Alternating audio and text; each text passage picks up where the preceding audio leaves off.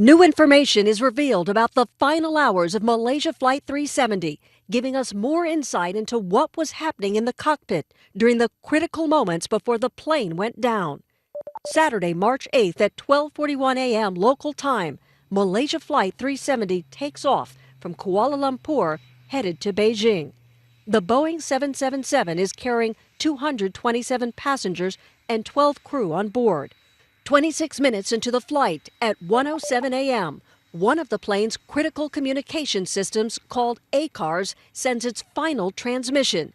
It measures thousands of pieces of information about the plane and pilot's performance and sends it via satellite. We now know it shows the plane remained on course for Beijing, contradicting earlier reports that the pilots programmed a change in the flight path in the cockpit before sending their final radio transmission.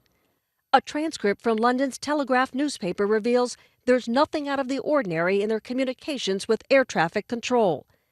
At 1:19 a.m., this exchange.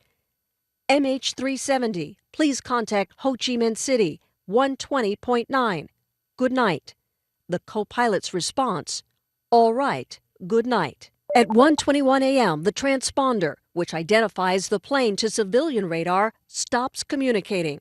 Critical information like the plane's flight number, height, speed, and heading are all cut off. This happens at the same time the plane is supposed to check in with air traffic control in Vietnam.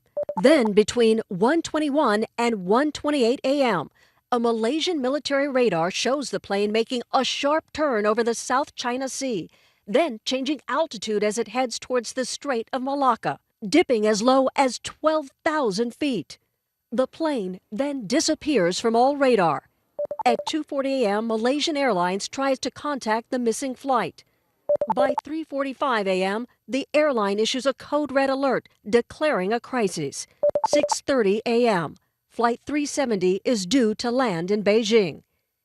At 8:11 a.m., more than 7 hours after takeoff, the final ping from the plane, a commercial satellite orbiting more than 22,000 miles above Earth, receives the plane's final so-called handshake. Now, a new analysis puts Malaysia Flight 370 here, far from any landing site, in the South Indian Ocean. Suzanne Malveaux, CNN, Washington.